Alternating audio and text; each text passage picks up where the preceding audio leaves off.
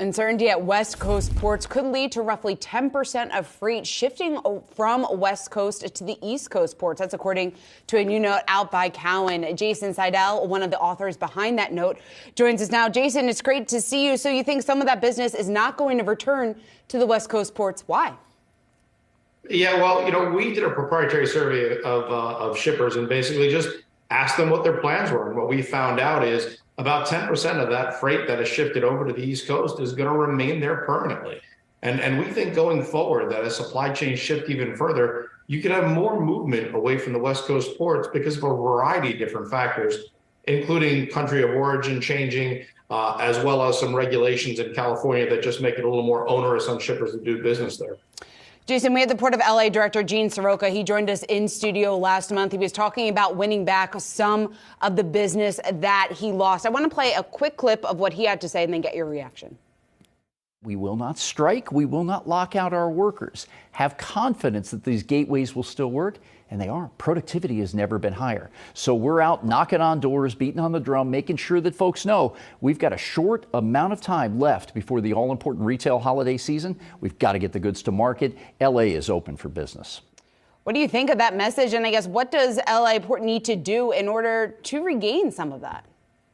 Well, Gene's a good buddy of mine. I've had him on many, many calls, and they're doing all they can on the West Coast ports. And he's right. Right now, they are open for business. If you look at the delays out in the West Coast ports, they're almost non-existent right now. But part and parcel, that's because some of the stuff went out east, and you're seeing some congestion at ports like Savannah right now, which is a little bit overloaded at the moment. But also there's been a shift where shippers this year pulled forward some of that freight. So that typical peak season freight that you normally see around this time, just not happening for a lot of people. So then what are the implications in terms of the industry model now that we've had this shift and people are like, look, I've gotten used to this shift to the East Coast and sort of balancing that with West Coast as well? Yeah, so when you look at supply chain shifts, people don't take them like a light switch on and off, right? So when they make that move, and they say, hey, listen, we're going to move freight to the East Coast, and it's not just a reactionary thing due to some blockade or anything like that, then a lot of that tends to be sticky type of business. We think over time that you're going to see a natural shift. And another place you look with the nearshoring effect that we see out there is Mexico. You could see a lot of supply chains move down south and have that come up, through some of the Mexican interchanges, particularly on the rail side. KCS is being bought by Canadian Pacific. We're looking for approval in the first quarter of the year, and that could create a whole new contiguous rail service from the southern tip of Mexico up through the U.S. and transcontinental across Canada. First time we've ever had that. Jason, how much of this also has to do with the contract negotiations, where they stand, and the fact that they are still stalled? We don't have an agreement. Yeah, part of it absolutely has. But I think a large part of it was that this is not the first time we've had issues with the West Coast ports. For some shippers, this is the second, third, or even fourth time that they have had some problems. Then you look at some of the CARB regulations out there, or the 85 rules, which is going to impact a lot of the port trucking. And it's just getting harder and harder to do business out on the West Coast. And that's why I think you're going to see some of those shifts remain permanent. And it could be a benefit to some stocks out there. You look at the East Coast railroads out there, both Norfolk Southern and CSX, they could pick up some freight and win it from some of the Western railroads.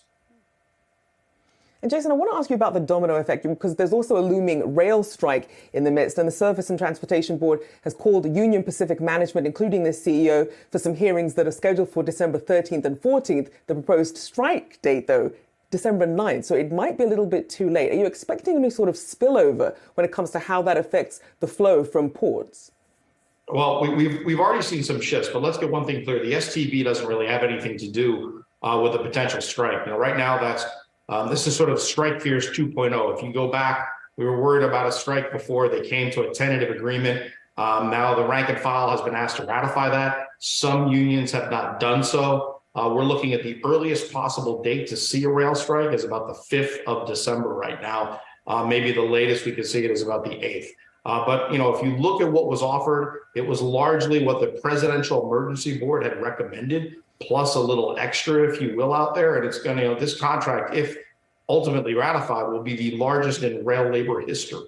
But in terms of what shippers are doing right now, our contacts are telling us that some freight is moving from the rails to the highway just in advance of this, not wanting to be around and have any freight in the system. And then I think one thing to keep an eye on is look at your hazardous materials on the railroads. If the railroads start embargoing that, and I think that you might see that soon, maybe post the Thanksgiving Day holiday, you'll know that they're gearing up for a potential strike.